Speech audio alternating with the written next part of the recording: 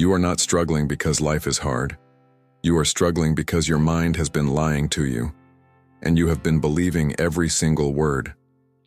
Think about the last time something went wrong. Your first reaction was not to look at the facts. Your first reaction was to feel it, interpret it, and instantly build a story around it. A story where you were the victim.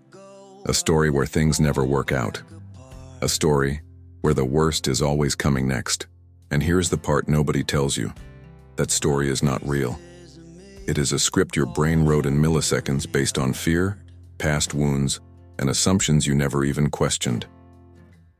Harrison here, and today we are going to have an honest conversation. Not the kind where you walk away feeling temporarily inspired and then go back to the same patterns by tomorrow morning. The kind that actually shifts something inside you. The kind that makes you see your own mind differently, permanently. 2,000 years ago, 3 men figured out something that modern psychology is only now catching up to. One was a slave who owned nothing. One was an emperor who owned everything. One was an exile who lost it all. Different lives, completely different circumstances. But they arrived at the same truth. A truth so simple it will frustrate you, and so powerful it can change the entire architecture of how you think. What they discovered was this. Your suffering is not coming from what is happening to you. It is coming from the story you are telling yourself about what is happening to you. And the moment you understand that, truly understand it, not just intellectually but in your bones, everything changes. So stay with me, because what comes next is not philosophy for the classroom. It is a tool for the person who is tired of being at the mercy of their own mind. Your brain is not a camera. It does not record reality as it is. It is a film studio, one that runs 24 hours a day, 7 days a week, and it is constantly editing, cutting, and rewriting everything that happens to you into a story that feels completely real, but is almost never the full picture. Here is what actually happens inside your mind when something goes wrong. An event occurs. In a fraction of a second, before you even have time to think, your brain assigns meaning to that event. It pulls from every fear you have ever had, every wound that never fully healed, every time something similar happened before. And then it delivers that meaning to you as if it were fact, as if it were the only possible interpretation, as if there were no other way to see what just happened. That is not reality. That is your internal movie. And most people spend their entire lives reacting to that movie without ever realizing they are the ones who wrote it. Epictetus understood this at a level that should stop you cold. This was a man who was born into slavery. He had no rights, no freedom, no control over where he went or what he did with his body, and yet he became one of the most psychologically free human beings who ever lived. How? Because he understood one thing with absolute clarity. No one could touch what happened inside his mind. No one could force him to assign a meaning he did not choose. The event was never the problem. The interpretation was always the variable. Think about your own life right now. Think about something that is bothering you. Something that has been sitting in the back of your mind, heavy, unresolved. Now ask yourself this honestly. Are you reacting to what actually happened? Or are you reacting to the version of it your mind constructed the moment it occurred? Are you responding to reality or to your film? Because here is what changes everything. The moment you recognize that your interpretation is not the truth, it is just the first draft, you get your power back. You step out of the audience and into the director's chair. And from that chair, you do not just watch what happens to you. You decide what it means, you decide what role it plays in your story. You decide what comes next. That shift, from automatic reactor to conscious interpreter, is not a small thing. It is the difference between a life that happens to you and a life you actually lead. And once you see it, you cannot unsee it. But here is what most people still get wrong even after they understand this. And it is something far more invisible, far more dangerous. And it has been quietly destroying your peace of mind without you ever suspecting it. Nobody talks about this one, and that is exactly why it keeps winning. You have been told that pain comes from loss, from failure, from rejection, from things falling apart. But that is only half the truth, and the half that is missing is the part that is actually doing the damage. Because most of the suffering you carry right now is not coming from what happened. It is coming from the gap between what you expected to happen and what actually did. Read that again. Let it land. You expected the relationship to work. You expected the effort to be recognized. You expected that by this point in your life things would look different, and when reality showed up and did not match the picture you had built inside your head, that collision, that gap, that distance between the expected and the real, that is where the pain lives. Not in the event itself, in the expectation that was shattered by it. Marcus Aurelius lost children. He fought wars that never seemed to end. He watched allies betray him and people he trusted turn against everything he built. And he was the most powerful man on earth. He had every resource, every army, every advantage a human being could possibly have. And still, life refused to match his expectations, because life refuses to match anyone's expectations. What made Marcus different was not that he was immune to pain. It was that he had made a decision, a conscious and deliberate decision, to stop demanding that reality behave the way he wanted it to. He did not lower his standards. He killed the expectation before the expectation could kill his peace. And this is where it gets uncomfortable, because the expectations that hurt you the most are not the big obvious ones. They are the quiet ones, the ones you never even said out loud. The assumption that a good person gets treated well, the belief that hard work always gets rewarded, the feeling that if you love someone enough, they will love you back the same way. These are the expectations nobody warns you about, because they feel so reasonable, so fair, so completely justified, and that is precisely what makes them so dangerous. When something reasonable does not happen, the mind does not just feel disappointed. It feels betrayed by life, by people, by the universe itself. And that sense of betrayal is where bitterness is born, where resentment takes root, where people who were once open and hopeful slowly become guarded and cynical, not because the world broke them, but because the gap between what they expected and what they got never got addressed, never got examined, never got released. Here is the question Harrison wants you to sit with right now. What expectation are you holding on to that reality has already told you it cannot meet? What picture in your head are you still defending, still mourning, still measuring your life against, even though it never existed anywhere but inside your own mind? Because the moment you identify that expectation, the moment you bring it out of the shadows and look at it clearly, you take away its power. You stop grieving a version of reality that was never real to begin with. And something extraordinary happens in that space. Something opens up, something that most people never find because they are too busy protecting the picture they had of how things were supposed to go. But letting go of expectation is only the beginning, because there is something even deeper, something that sounds like wisdom on the surface, but is actually one of the most destructive forces working against your mind every single day. This is the one nobody wants to hear. And Harrison is going to say it anyway, because the truth that makes you uncomfortable is almost always the truth that sets you free. You have been chasing comfort your entire life, not just physical comfort, mental comfort, the comfort of avoiding the conversation that needs to happen, the comfort of staying in the situation that is familiar even though it is slowly suffocating you, the comfort of not trying the thing you actually want, because trying means risking failure. And failure means facing a version of yourself you are not sure you can handle.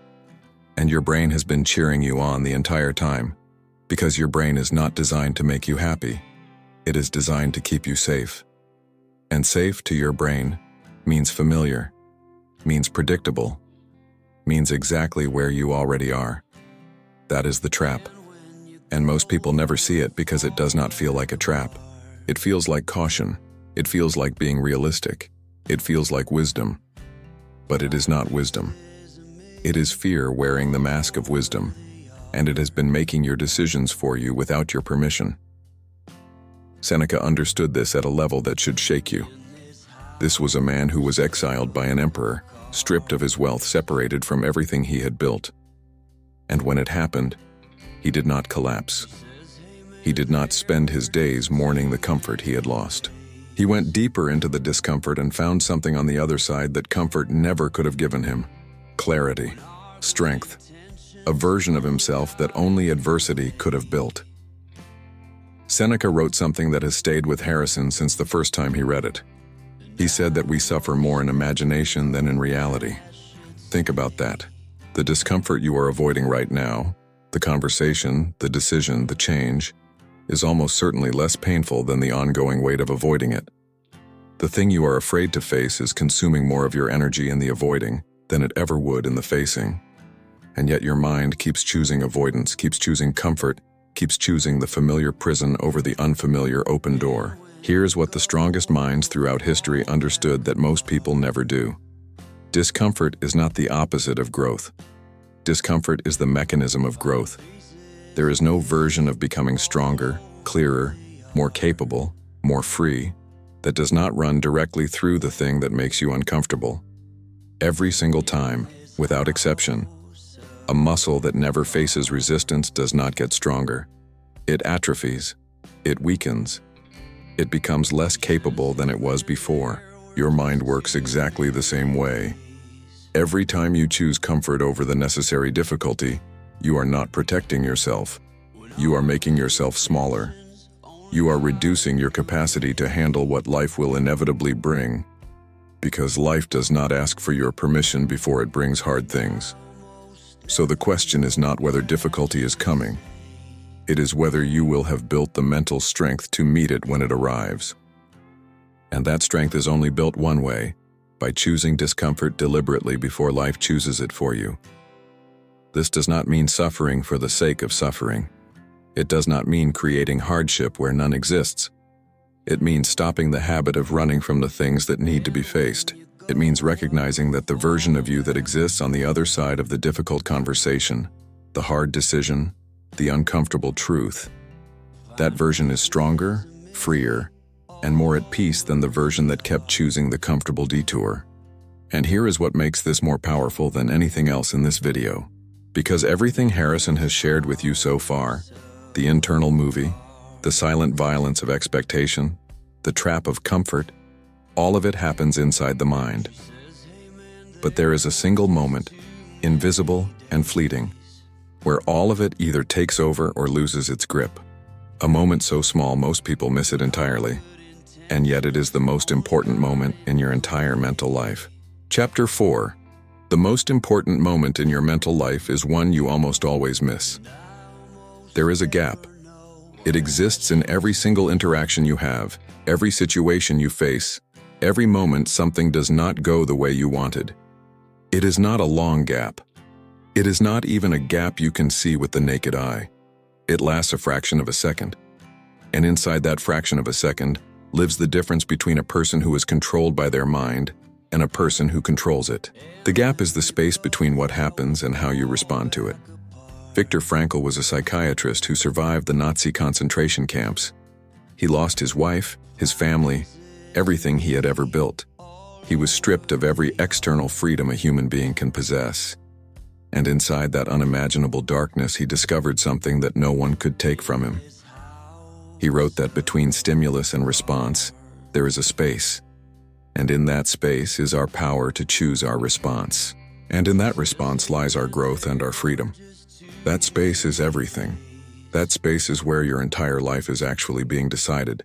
Not in the big moments, not in the dramatic turning points, but in the thousands of tiny moments every single day where something happens and your mind moves to react before you even realize it is happening. Someone says something that stings, the gap opens. Your mind rushes to fill it with the familiar reaction. Defensiveness, anger, withdrawal, the old story. And if you are not watching, if you are not present in that fraction of a second, the reaction fires automatically, and you never even had a choice. You were just along for the ride. But here is what changes when you start to see the gap. When you train yourself to notice it, to feel it, to live inside it even for just one conscious breath, everything that Harrison has talked about in this video starts to become real. Not as philosophy, not as something that sounds good in a YouTube video, as something you can actually use in the moment your mind is under pressure. The internal movie your brain plays. It happens in the gap. The expectation that shatters against reality. It happens in the gap. The pull toward comfort, toward avoidance, toward the familiar. It happens in the gap. And if you never learn to pause inside that space, all of those forces will keep making your decisions for you. Silently, automatically, every single day. Marcus Aurelius practiced this, not as a theory but as a daily discipline. He would wake up every morning and prepare his mind for the gap. He would remind himself that people would be difficult, that things would go wrong, that reality would not cooperate. Not because he was pessimistic, but because he wanted his response to be chosen, not automatic. He wanted to be present in the gap before the gap arrived. That is not negativity. That is the highest form of mental preparation. And here is the part that will stay with you. You cannot expand the gap by thinking about it later. You cannot train yourself to pause by reviewing situations after they have already passed. The only way to build this muscle is to practice it in real time, in the small moments, in the conversations that barely seem to matter, in the minor frustrations of an ordinary day. Because those small moments are the training ground, and the person who masters the small gap will not be shaken when a large one opens up. Right now, today, something will happen that tries to pull an automatic reaction out of you. A message that irritates you, a plan that falls apart, a person who does not show up the way you needed. And in that moment, there will be a gap. Invisible, brief, easy to miss. Harrison is asking you to find it, to step inside it, to take one breath before the automatic reaction fires. That one breath is not weakness. That one breath is the most powerful thing a human mind can do. And what you do with the clarity that breath gives you, that is where everything in this video finally comes together. Because there is one final truth that ties all of this into something you can carry with you permanently. Something the Stoics called by a name that sounds simple but contains everything. Amor fati. That is what the Stoics called it. Love of fate. And before you dismiss it as passive acceptance, as giving up, as lying down and letting life do whatever it wants to you, Harrison needs you to understand what it actually means. Because most people get this completely wrong, and that misunderstanding is costing them everything. Amor fati is not resignation. It is not telling yourself that everything is fine when it is not. It is not pretending the pain does not hurt or that the loss does not matter. It is something far more radical than any of that. It is the decision, a fierce, deliberate, uncompromising decision, to not only accept what is happening, but to find the necessity in it. To see that this moment, exactly as it is the only raw material you have to work with. And that fighting against its existence is the one guaranteed way to ensure it destroys you. Think about the last time something happened that you did not want. Your instinct was to resist it, to argue with it internally, to replay it, to wish it had gone differently, to spend mental energy on a version of reality that no longer exists and never will again. And while you were doing all of that, while your mind was locked in battle with something that had already happened and could not be changed, life kept moving. Opportunities passed. Moments dissolved. The present, the only place where anything can actually be done, went unattended. That is what resistance costs you. Not just emotionally, practically, concretely. Every moment spent wishing reality were different is a moment stolen from the only place where you have any power at all.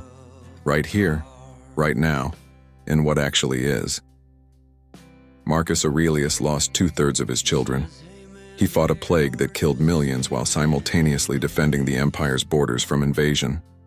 He watched everything he loved get tested, broken, and taken.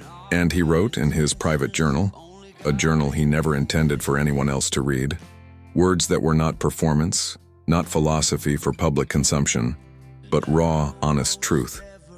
He wrote that everything that happens as it should, not because the universe is always kind, but because resistance to what has already occurred is the only true defeat. Seneca said it differently but arrived at the same place. He wrote that the wise man neither seeks nor avoids difficulty, he meets it.